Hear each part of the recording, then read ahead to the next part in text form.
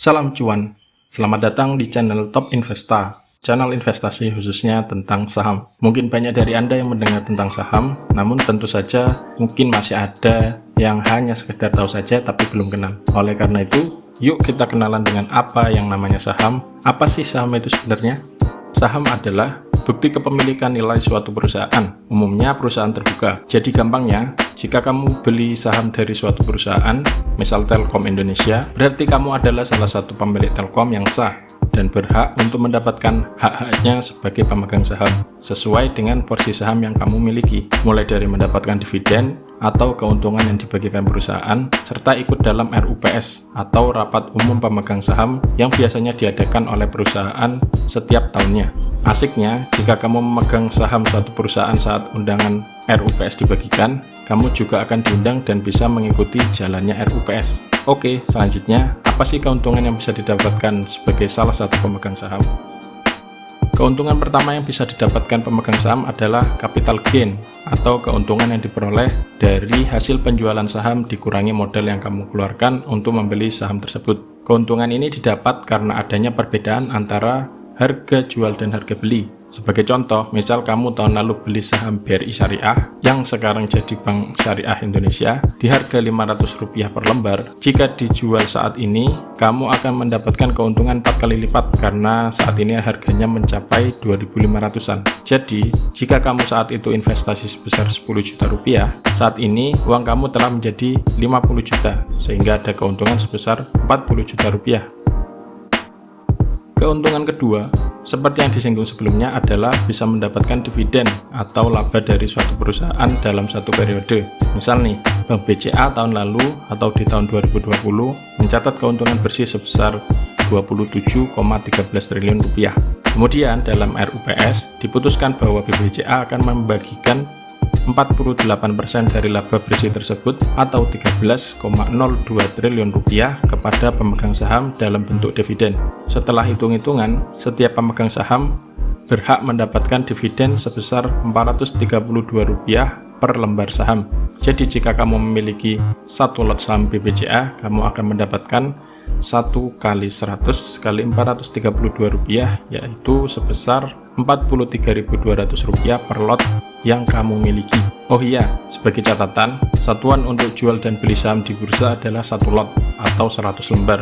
Jadi bagi kamu yang ingin beli saham BBCA satu lot saat ini, di mana harganya mencapai Rp31.500 per lembarnya, kamu perlu mengeluarkan uang sebesar 1 kali 100 kali Rp31.500 sama dengan Rp3.150.000. Kok mahal? Ya, memang untuk BBCA harganya premium karena kinerjanya stabil dan terus naik setiap tahun sehingga harga sahamnya pun ikut naik setiap tahunnya. Tapi modal saya tidak besar. Apakah masih bisa beli saham? Tentu tidak semua saham harganya mahal seperti BBCA atau Gudang Garam. Ada saham-saham lain yang harganya puluhan ribu hingga ratusan ribu per lotnya. Saham perusahaan seperti BRI bisa kamu dapatkan dengan harga 4 ribuan per lembar atau 400 ribu per lot. Jika ingin cari yang lebih murah, bisa saham perusahaan seperti Smartfren bisa kamu dapatkan dengan harga di bawah Rp100.000 per lot. Pertanyaan berikutnya, aman atau tidak beli saham? Dalam membeli saham, kita tidak bisa langsung beli saham di BEI atau Bursa Efek Indonesia. Kita hanya bisa beli saham lewat perantara broker, pialang, atau yang sering disebut sekuritas. Nah, jika kamu memilih menempatkan dana lewat sekuritas yang merupakan anggota BEI dan memiliki izin dari OJK, kamu akan aman dari tipu-tipu atau terjerat investasi di perusahaan bodong. Tentu kamu tidak mau kan? Modal yang sudah kamu kumpulkan susah payah raib gara-gara salah menaruh dana di sekuritas abal-abal. Pertanyaan berikutnya, bagaimana cara investasi atau trading saham? Seperti yang disinggung sebelumnya, untuk mulai membeli dan menjual saham, kamu harus mendaftar ke salah satu broker yang terdaftar di BEI. Caranya mudah, kamu tinggal menghubungi kontak resmi salah satu sekuritas yang kamu pilih. Maka mereka akan menjelaskan tata cara mendaftar dan kamu akan disuruh untuk menyiapkan dokumen-dokumen pendukung beserta minimal deposit awal untuk pembukaan akunnya. Biasanya, tiap sekuritas atau broker memberikan syarat deposit minimal untuk pembukaan akun saham. Jumlahnya bervariasi, namun pada umumnya berkisar antara Rp100.000 hingga 10 juta rupiah. Silakan tanyakan dulu ke customer service-nya. Untuk dokumen apa saja yang dibutuhkan, kamu bisa melihat bagian ini.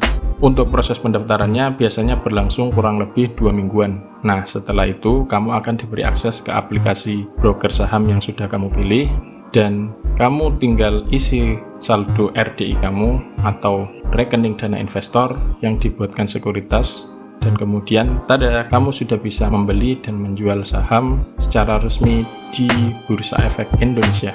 Oke, itulah penjelasan singkat tentang apa itu saham. Semoga penjelasan singkat ini bisa memberi pencerahan untuk kamu ya, yang tertarik untuk berinvestasi di dunia saham. Semoga bermanfaat dan salam cuan.